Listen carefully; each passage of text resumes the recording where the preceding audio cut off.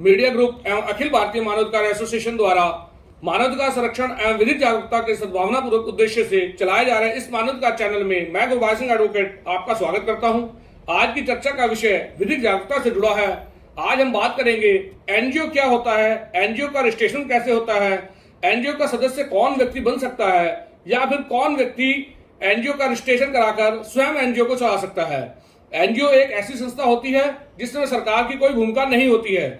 NGO समाज के कल्याण का कार्य करता है। एनजीओ समाज में अनेकों जरूरतमंद लोगों की सहायता करने के साथ ही उनके जीवन को बेहतर बनाने के लिए कार्यरत होती है। ये एक प्रकार का गैर सरकारी संगठन होता है जिसे बनाने का उद्देश्य ही समाज की सेवा करना होता है। एनजीओ की full form non government organisation होती है। इसे गैर सरकारी संगठन कहा जाता है। एनजीओ को गैर लाभकारी संगठन के रूप में भी जाना जाता है, जो विज्ञान, खेल, शिक्षा, रिसर्च, समाज कल्याण, विभिन्न प्रकार से प्रतियोगिताओं का आयोजन करने, धर्म और दान आदि को बढ़ावा देने की दिशा में काम करता है। भारत में विभिन्न प्रकार के एनजीओ हैं।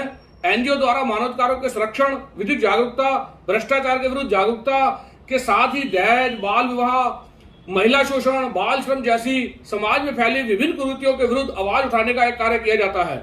एनजीओ के रजिस्ट्रेशन की बात करें तो भारत में एनजीओ रजिस्ट्रेशन के लिए 3 तरह के कानून हैं। भारत में NGO trust registration act, society registration act या फिर कंपनी अधिनियम के तहत रजिस्टर्ड हैं। एनजीओ को कंपनी अधिनियम 2013 की धारा 8 के तहत रजिस्टर्ड किए जाने का भी प्रावधान किया गया है। इस अधिनियम के तहत रजिस्टर्ड कंपनियां गैर लाभकारी और चैरिटेबल ट्रस्ट हैं। एनजीओ समाज सेवा करने के साथ ही पैसा कमाने का एक अच्छा साधन हो सकता है। एनजीओ के रजिस्ट्रेशन की बात करें तो जिस तरह भारत में अलग अलग राज्यों में अपने अपने कानून हैं, ठीक उसी तरह से एक एनजीओ बनाने के लिए भी भारत के राज्यों में अलग अलग नियम हैं, जिसका पालन करते हुए ही कोई व्यक्ति एनजीओ खोल सकता है। एनजीओ चलाने के लिए सबसे पहले अपने एनजीओ का नाम तय करना होता है, फिर उसी नाम से एनजीओ का रजिस्ट्रेशन करवाना होता है। एनजीओ को रजिस्ट्रेशन कराने के लिए सामान्यतः 3 कानून है। ट्रस्ट एक्ट, यदि एनजीओ का रजिस्ट्रेशन आप ट्रस्ट एक्ट के अंतर्गत करवाना चाहते हैं तो एनजीओ के रजिस्ट्रेशन का आवेदन रजिस्ट्रार ऑफिस में या फिर चैरिटी आयुक्त के ऑफिस में करना होता है, जिसके लिए ट्रस्ट के उद्देश्यों एवं नियमों का उल्लेख कर डीड डॉक्यूमेंट तैयार कर जमा करवाना होता है। ट्रस्ट एक्ट के अलावा सोसाइटी एक्ट के अंतर्गत भी एनजीओ का रजिस्ट्रेशन कराया जा सकता है। सोसाइटी रजिस्ट्रेशन एक्ट के अंतर्गत एनजीओ का रजिस्ट्रेशन कराने के लिए न्यूनतम 7 सदस्यों का होना अनिवार्य है। एनजीओ चलाने के लिए सर्वप्रथम सदस्यों द्वारा पारित प्रस्ताव एनजीओ का गठन करने के उपरांत एनजीओ के रजिस्ट्रेशन के लिए सोसाइटी रजिस्ट्रार के समक्ष आवेदन करना होता है। प्रस्ताव के साथ एनजीओ के उद्देश्य नियमावली भी तैयार करनी होती है। एनजीओ के कार्यालय के पते के रूप में किरायानामा, बिजली बिल, सभी सदस्यों का आधार कार्ड प्रस्तुत करना होता है। सोसाइटी एक्ट के अंतर्गत रजिस्ट्रेशन के लिए निर्धारित शुल्क जो भी उस राज्य में हो वह जमा करनी अनिवार्य होती है।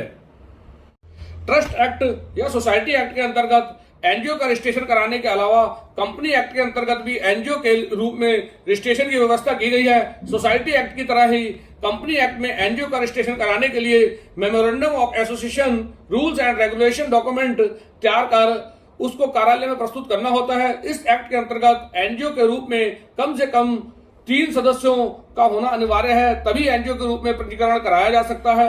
एनजीओ के रूप में तीनों तरह के कानून में एनजीओ के लिए कोई भी व्यक्ति आवेदन कर सकता है, जिसके लिए भारत का नागरिक होना आवश्यक।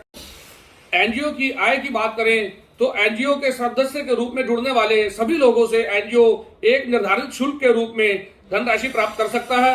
एनजीओ राज्य सरकार या केंद्र सरकार की ओर से विभिन्न सरकारी योजनाओं के अंतर्गत अनुदान के रूप में धनराशि प्राप्त कर उसे समाज कल्याण के लिए व्यय कर सकता है। एनजीओ के रूप में जो भी व्यक्ति जुड़ता है वह उसके सदस्य के रूप में कार्य करता है या फिर कोई भी व्यक्ति एनजीओ अपना। वीडियो में दी गई जानकारी आपको कैसी लगी कमेंट बॉक्स में बताइए। वीडियो को शेयर करिए, लाइक करिए और दोस्तों तक भी पहुंचाइए। नमस्कार।